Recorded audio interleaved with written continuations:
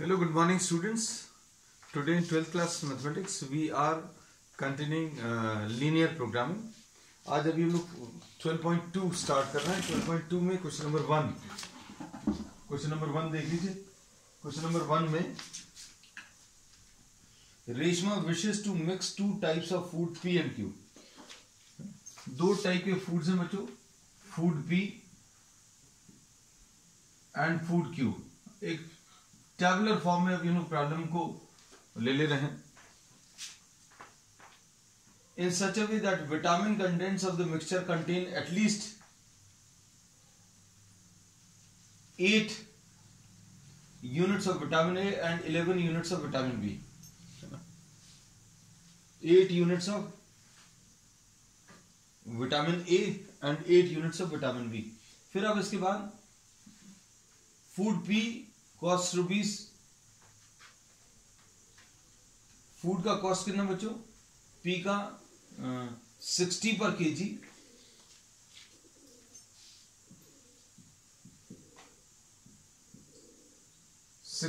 KG. और food Q का जो कॉस्ट है बच्चों ₹80 पर केजी. अब इसके बाद क्या दिया है? Food P contains 3 units of vitamin A.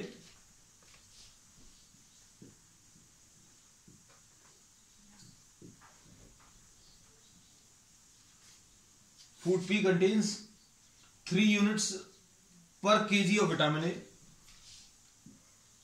3 units per kg of vitamin A and 5 units per kg of vitamin B.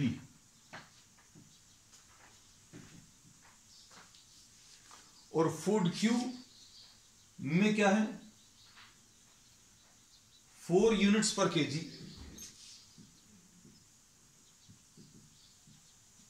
of vitamin A and 2 units per kg of vitamin B.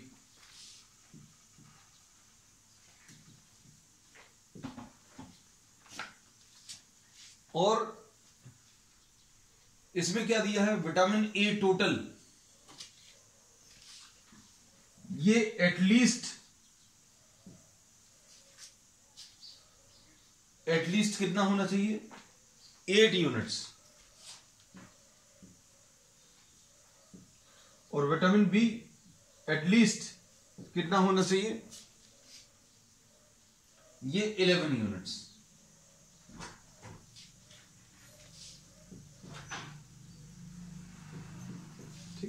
ये अभी हमने पूरे प्रॉब्लम को बच्चों sum up कर लिया. अब इसमें कॉस्ट भी लिख लिया, सारी चीजें. अब इसमें क्या पूछा है? Determine the minimum cost of the mixture. दो टाइप के फूड्स मिक्स करने हैं. Mixing 2 types of food. कौन कौन से 2 टाइप है बच्चों? फूड P और फूड Q. अब कितना केजी फूड P है पता नहीं है, तो हम लोग क्या कर रहे हैं? Food P suppose X KG ले लिया और फूड Q ये Y केजी ले लिया. अब इसमें इन्होंने क्या बोला है कि कॉस्ट को देखो. फूड P का 1 केजी 60 रुपीज का है, तो X केजी कितना आ जाएगा? Cost of the food.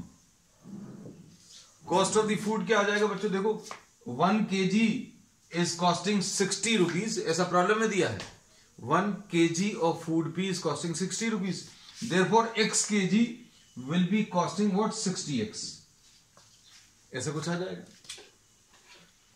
फिर उसके बाद नेक्स्ट क्या है? Food Q 80 rupees per KG है, तो ये 1 केजी का 80 रुपीज है, लेकिन Y KG of food Q यहां पर इसकी कॉस्ट X रुपीज है पर KG. Sorry, this is X KG. I am sorry, this is X KG of food P and this is Y KG. यहां पर साइड में लिख लिया है. अब इसमें 1 केजी का 80 रुपीज है, तो Y केजी का कितना आ जाएगा? 80Y. अब इसमें इन्होंने बोला ऑब्जेक्टिव फंक्शन हमारा यही है कि कॉस्ट कम से कम आ जाए। किसी ने क्या किया, दो टाइप के फूड्स को मिक्स किया, दो टाइप के फूड्स को मिक्स करना है और एनर्जी की, विटामिन ए और विटामिन बी की जो रिक्वायरमेंट्स है वो भी पूरी करनी है, कॉस्ट भी मिनिमम रखना है। मतलब विटामिन ए जो है वो 8 यूनिट से ज्यादा आना चाहिए, विटामिन बी जो है 11 यूनिट से ज्यादा आना चाहिए, और कॉस्ट जो है ये कॉस्ट बच्चों कैसी आनी चाहिए, मिनिमम आनी चाहिए। क्योंकि अभी हम लोग की कोशिश यही है कि इस प्रॉब्लम में ये दिया हुआ है कि objective is to keep the cost of the food minimum, है ना। अब देखो इनको अगर अभी हम फ्रेम करने की कोशिश करें इनइक्वालिटीज में, तो भाई 1 केजी में विटामिन ए कितना है, 1 केजी में 3 यूनिट्स है, तो x केजी में कितना आ जाएगा, vitamin A will be 3x और विटामिन ए इस वाले में कितना आ जाएगा 4y। ये विटामिन ए का कंटेंट पी फूड में 3 यूनिट्स पर केजी है। अगर आपने 1 केजी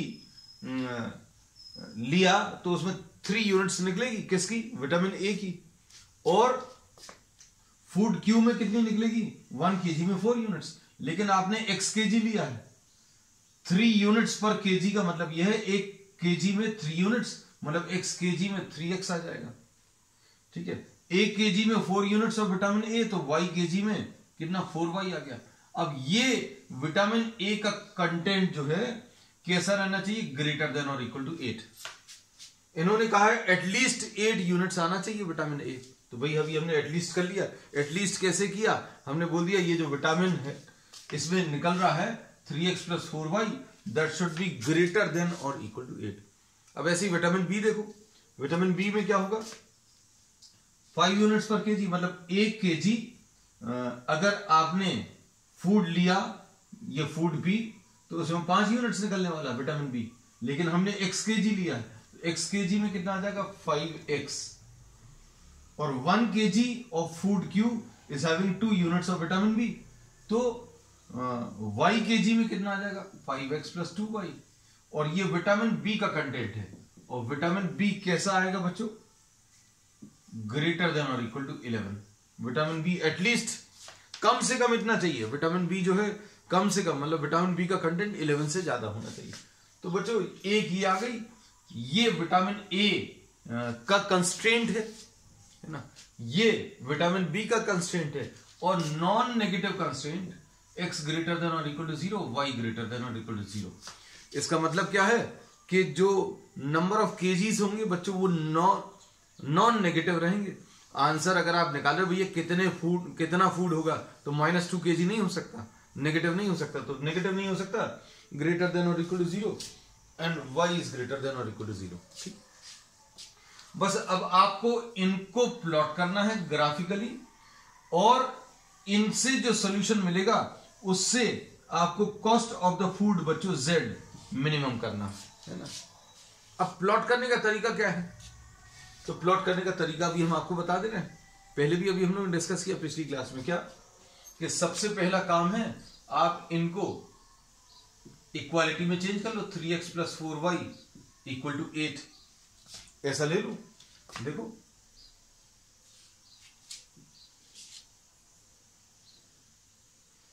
x की वैल्यू 0 ले लो, x की वैल्यू 0 अगर ले लेंगे तो कितना आएगा बच्चों, x की वैल्यू 0 ले लेंगे तो y की वैल्यू 2। अभी हम थोड़ा सा बड़ा डायग्राम ले ले रहे हैं, ये 1 ले लिया, ये 2 ले लिया,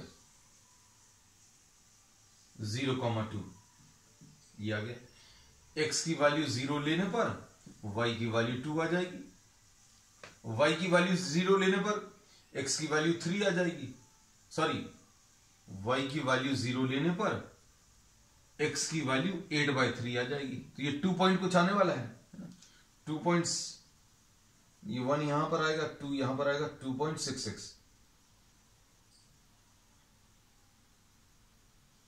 तो ये आ जाएगा कितना, एग्जैक्ट डायग्राम की बिल्कुल जरूरत नहीं, 8/3, 0।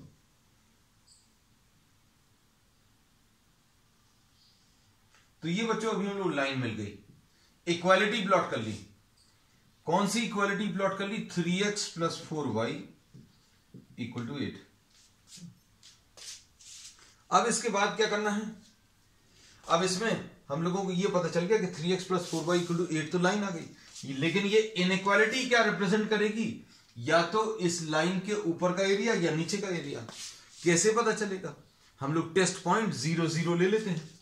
0 0 इसमें रखकर देखो, 0 0 इसमें रखो, तो 3x प्लस 4y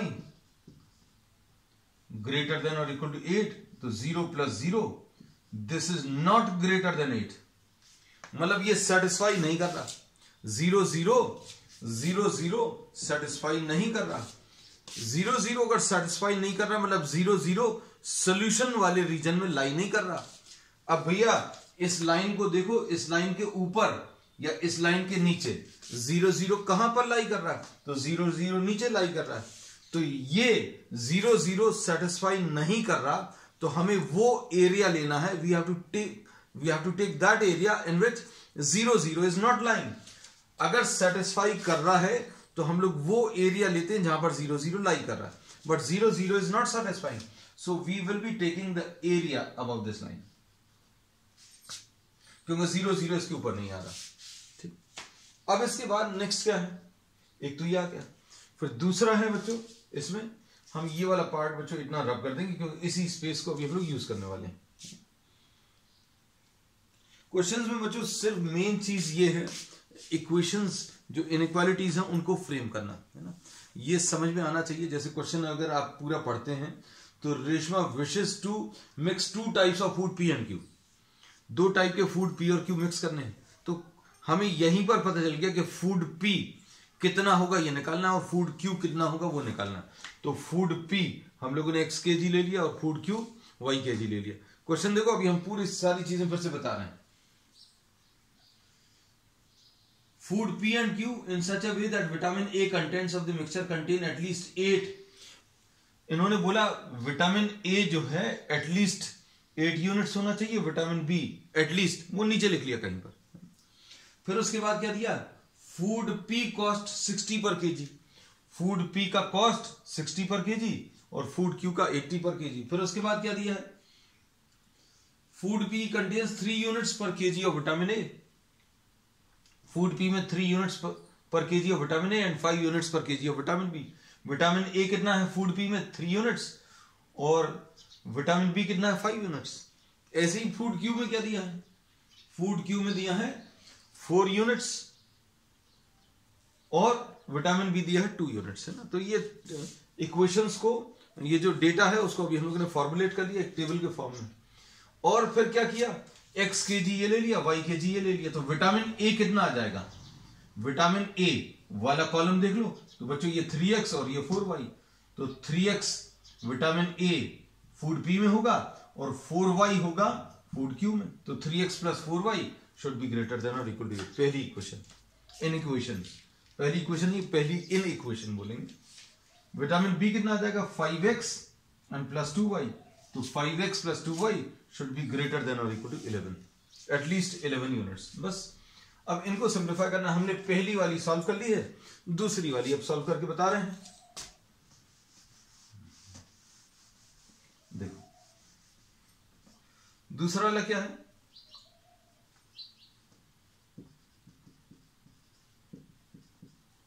इसमें x की वैल्यू 0 ले लो, x की वैल्यू 0 अगर आप लोगे तो y की वैल्यू 5.5, x की वैल्यू 0 तो y की वैल्यू 11/2, है ना। तो ये आ जाएगा 0,11/2, ऐसा कुछ आ गया। फिर उसके बाद y की वैल्यू 0 ले लो, y की वैल्यू 0 तो x की वैल्यू 11/5, यानी 2 पॉइंट कुछ आएगा, तो ये यहां कहीं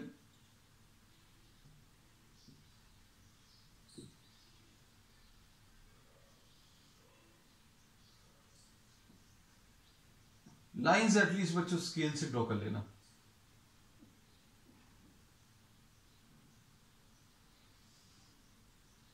ये कौन सी लाइन है? ये है 5x plus 2y equal to 11।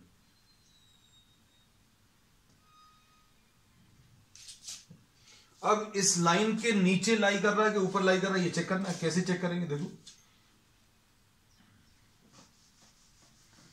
0 0 test point देख लो, इस लाइन के नीचे लाई कर रहा है 0 0, है ना, इस लाइन के नीचे है 0 0, तो 0 0 इसमें रखकर देखो 5x + 2y ग्रेटर देन और इक्वल टू 11, मतलब क्या आ जाएगा 0 + 0 कैसा आ रहा 0, this is not greater than 11, मतलब 0 0 फिर से सेटिस्फाई नहीं कर रहा, 0 0 सेटिस्फाई नहीं कर रहा, तो मतलब हमें वो एरिया लेना है जहां पर 0 0 नहीं लाई कर रहा, मतलब इस लाइन के ऊपर।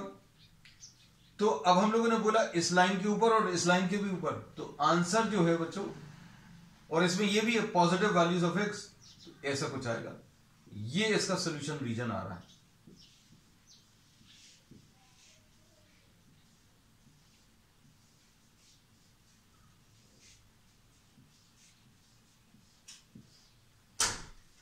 दोनों लाइंस के ऊपर एक्स एक्सेस भी पॉजिटिव, एक्स की वैल्यूज भी पॉजिटिव चाहिए, वाई की वैल्यू भी पॉजिटिव चाहिए, तो this will be the answer. तो बच्चों इसमें जो है सॉल्यूशन एक फाइनाइट रीजन नहीं मिल रहा। अभी तक हम लोगों को जो अभी हम लोगों ने पिछला एग्जांपल लिया था उसमें फाइनाइट रीजन मिलता था, लेकिन यहां पर एक इनफाइनाइट रीजन, ये कहां तक एग्जिस्ट करेगा? इन्फिनिटी तक एग्जिस्ट करेगा। और ये हम लोग बोलते हैं ये कैसा रीजन है बच्चों? ये अनबाउंडेड रीजन है, मतलब जिसकी बाउंड्रीज आगे तक डिफाइन नहीं है, अनबाउंडेड सॉल्यूशन रीजन। ठीक, अब क्या करोगे? अब इसमें इसके कॉर्नर पॉइंट्स मार्क कर लो। तो बच्चों देखो एक कॉर्नर पॉइंट ये हो गया, एक कॉर्नर पॉइंट ये हो गया, एक कॉर्नर पॉइंट ये हो गया, ये कॉर्नर पॉइंट्स नोट कर लो। अब हम इसको रब कर दे रहे हैं, इस वाले पार्ट को। इसमें देखो ये कॉर्नर पॉइंट्स तो मालूम है कौन से, ए, बी और सी में से कौन कौन सा कॉर्नर पॉइंट मालूम है बच्चों?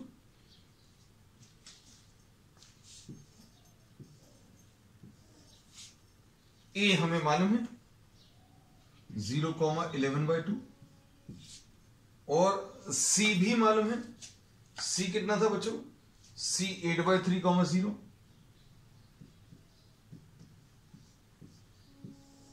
अब सिर्फ अभी हम लोग क्या नहीं मालूम है? बी नहीं मालूम। बी अब कैसे निकालेंगे? इसको सॉल्व करके ये दो लाइंस कौन सी हैं? दो लाइंस है 3x + 4y = 8, ये वाली,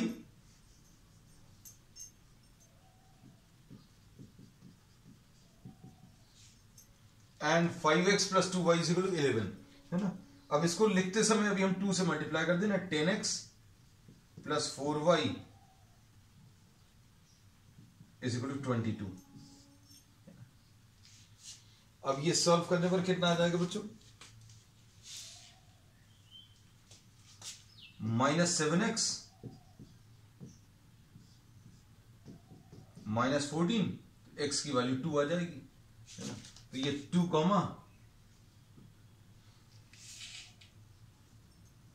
x की वैल्यू 2, तो 2, y की वैल्यू 2 आप इसमें रख लो या इसमें रख लो, किसी एक में रख लो। x की वैल्यू 2 रखोगे तो कितना आ जाएगा? 3 2 6, 6 + 4y = 8, है ना। तो 4y = 2, तो ये 2, 1/2 ऐसा कुछ आएगा, है ना। अब इसके बाद बच्चों क्या करना है? z की वैल्यू निकालनी। तो z क्या था? z रब हो गया हमसे 60x + 80y। कॉस्ट को मिनिमम करना है।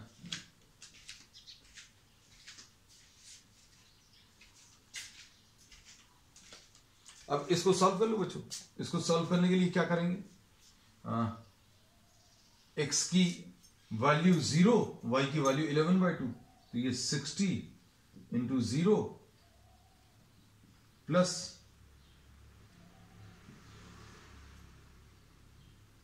ये पॉइंट है और ये वैल्यू ऑफ z है।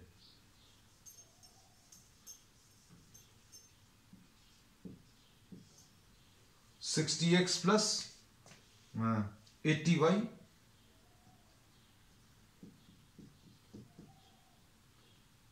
मतलब ये 440 आ जाएगा सॉल्व करने पर।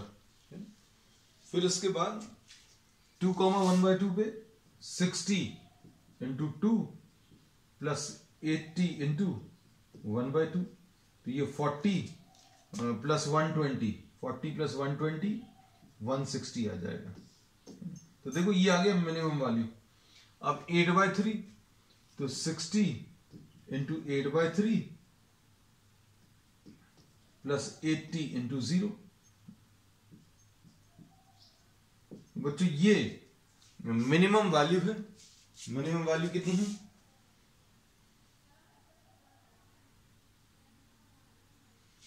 मिनिमम वैल्यू कितनी है बच्चों?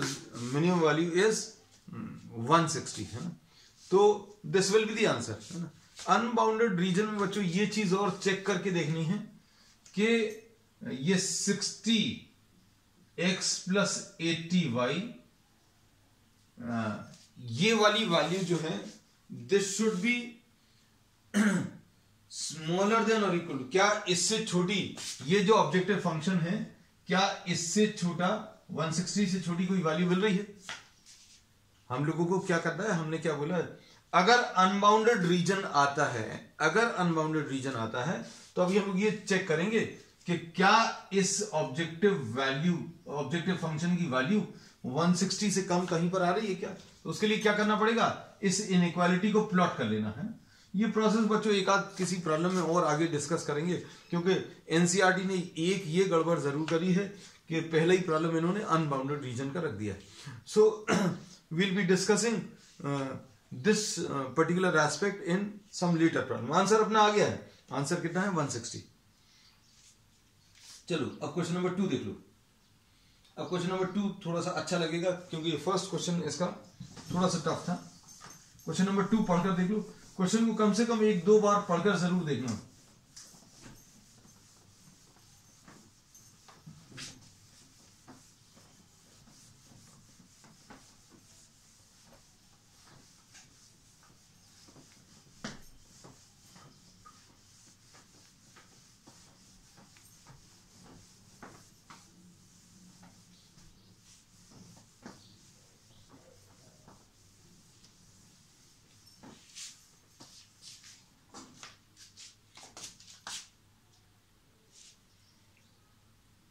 One kind of cake requires 200 grams of flour and 25 grams of fat.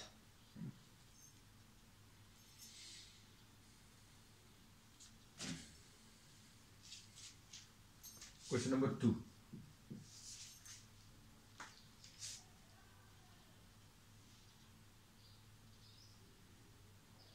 दो टाइप के बच्चों इसमें केक्स हैं।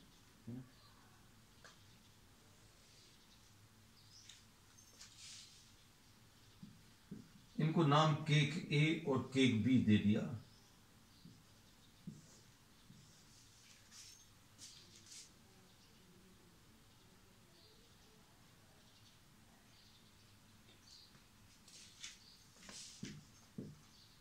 The flour and fat, cake A में कितना चाहिए, केक ए में 200 grams and 25 grams, 200 grams and 25 grams. फिर अनदर 100 ग्राम्स एंड 50 ग्राम्स।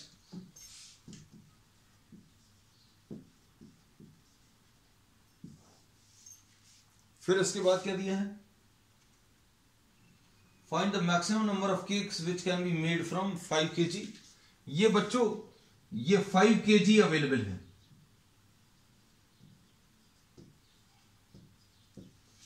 और ये फैट कितना है 1 kg। अब इन्होंने बोला कितने केक्स बना सकते हो, तो सपोज केक ए आप x नंबर्स बना रहे हो और ये y नंबर्स, तो हम लोगों को क्या करना है, ऑब्जेक्टिव फंक्शन क्या है x plus y, number of cakes ज्यादा से ज्यादा बन जाए, है ना, इसको मैक्सिमाइज करना है बच्चों। क्यों? इन्होंने बोला भाई हमारे पास जो आटा है, जो फ्लोर है, वो कितना 5 kg है और फैट 1 kg है। केक ए में 200 ग्राम्स लगता है फ्लोर और फैट कितना लगता है 25 ग्राम्स, और केक बी में 100 grams of floor and fats 50 grams. ऐसा कुछ इन्होंने बोला हुआ है। इसमें इन्होंने क्या बोला फिर आगे, find the maximum number of cakes. तो नंबर ऑफ केक्स बच्चों मैक्सिमाइज करना है। तो केक ए एक्स बना लिए, केक बी आपने वाई बना लिए, है ना। अब देखो केक ए में अब जो आटे का रिक्वायरमेंट है, फ्लावर का रिक्वायरमेंट है, वो देखो ये कितना आ जाएगा बच्चों। देखो फ्लावर का कंटेंट, अगर आपने एक केक बनाया केक ए तो उसमें 200 ग्राम से आटा लग रहा है ना। तो अभी हम लोग क्या बोलेंगे 200, अगर आपने एक्स बनाए तो 200 एक्स आ जाएगा आटा। For 1 cake of type A the requirement of flower is 200 grams. तो एक्स केक्स के लिए 200 इंटू एक्स आ जाएगा। ये फ्लावर रिक्वायरमेंट, फ्लावर कंस्ट्रेंट बोल देते हैं इसको। और केक बी में, एक केक बी में फ्लावर का कंटेंट 100 ग्राम से, तो वाई केक्स में कितना आ जाएगा 100 वाई। अब ये टोटल जो फ्लावर का रिक्वायरमेंट है वो कम रहना चाहिए, किससे? जितना हमारे पास अवेलेबल है। हमारे पास कितना अवेलेबल है बच्चों 5000 ग्राम्स, बस एक ही आ गया। दूसरा क्या आ जाएगा देखो, फैट का रिक्वायरमेंट। तो एक केक ए में 25 ग्राम फैट लग रहा है, तो एक्स केक्स में कितना आ जाएगा फैट का रिक्वायरमेंट 25x, और एक केक बी में 50 ग्राम्स का रिक्वायरमेंट है तो plus 50y। This should be smaller than और इक्वल टू व्हाट 1000 ग्राम्स। बस ये दो बच्चों इनइक्वालिटीज हैं, इनको थोड़ा सा डिवाइड कर लो। किससे डिवाइड हो जाएगा 100 से, तो ये सॉल्व करने पर 2x plus y smaller than और इक्वल टू 50, यहां पर ये 25 से डिवाइड हो जाएगा तो x plus 2y smaller than और इक्वल टू 25 से अगर डिवाइड करोगे तो 40, ऐसा कुछ आता है। So these are the two requirements, ठीक है। और x ग्रेटर देन और इक्वल टू 0 तो रहेगा और y ग्रेटर देन और इक्वल टू 0 रहे। अब ये क्वेश्चन थोड़ा सा इजी है as compare to the previous problem. देखो कैसे, इसको प्लॉट कर लू 2x plus y equal to 50। x की वैल्यू 0 रखो तो y की वैल्यू 50।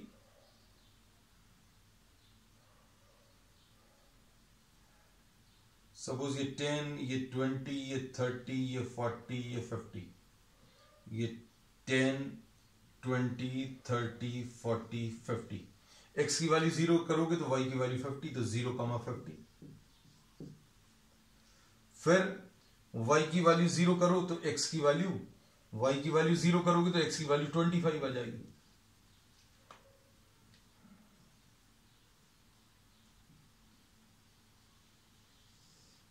ये आ जाएगा 2x plus y equal to 50, है ना।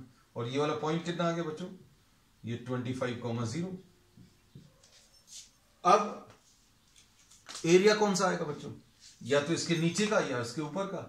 तो 2x प्लस वाई 0, 0 रखो, ये वाला पॉइंट। तो 0 प्लस 0 स्मॉलर देन और इक्वल टू 50, तो सेटिस्फाई कर रहा है। सेटिस्फाई कर रहा है मतलब लाइन के नीचे का एरिया।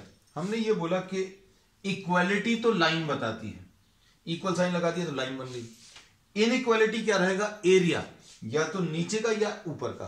कैसे डिसाइड करते हैं, 0, 0 रखो, 0, 0 रखने पर ये सेटिस्फाई कर रहा है।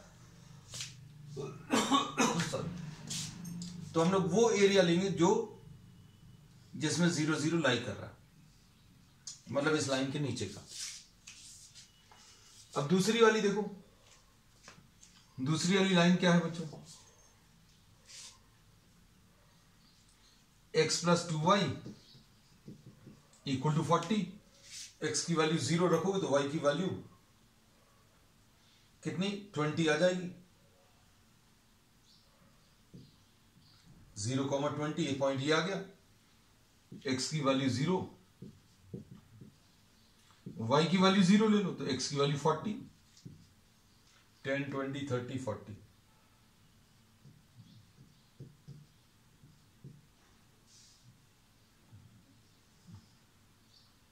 ये आ गई क्या 2x plus y, sorry x plus 2y is equal to 40। अब इस लाइन के नीचे वाला एरिया के ऊपर वाला कैसे डिसाइड करोगे, इसमें रखकर देख लो, 0 प्लस 0 स्मॉलर देन 40। बिल्कुल सही है, 0 स्मॉलर देन 40। तो इस लाइन के भी नीचे का है, दोनों लाइंस के नीचे कौन सा एरिया आ जाएगा, ये वाला।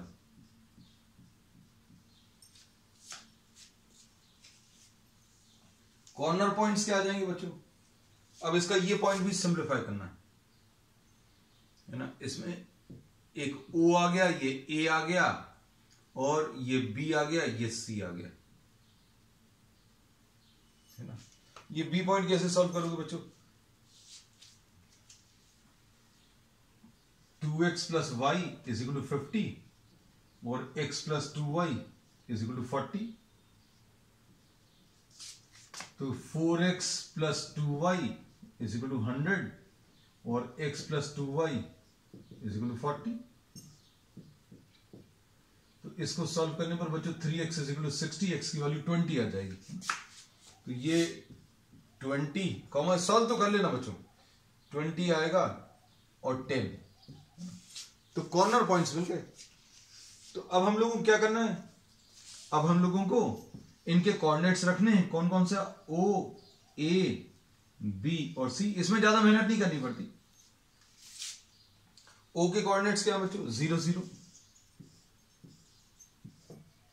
0, 0। A क्या है, 0, 20। B क्या है, 20, 10। C क्या है, 25, 0।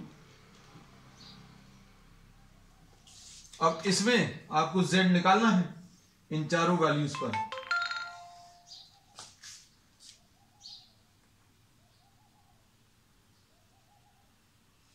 इन चारों वैल्यूज पर Z निकालो, x प्लस वाई, ये 0 आ जाएगा, ये 0 प्लस 20 आ जाएगा, और 20 प्लस 10, क्योंकि x प्लस वाई है 30 और 25, 0, तो 25 प्लस 0। मैक्सिमम वैल्यू क्या है बच्चों, 30, मैक्सिमम 30 आ जाएगा, किस पर आएगा, 20,10। तो x की वैल्यू 20 और y की वैल्यू 10। मतलब केक A कितने बनने चाहिए बच्चों, केक A 20 और केक B कितने, 10 बनने चाहिए, है ना। तो बच्चों आज के लिए इतना ही। We will continue with the remaining problems on the next one. That's all for today.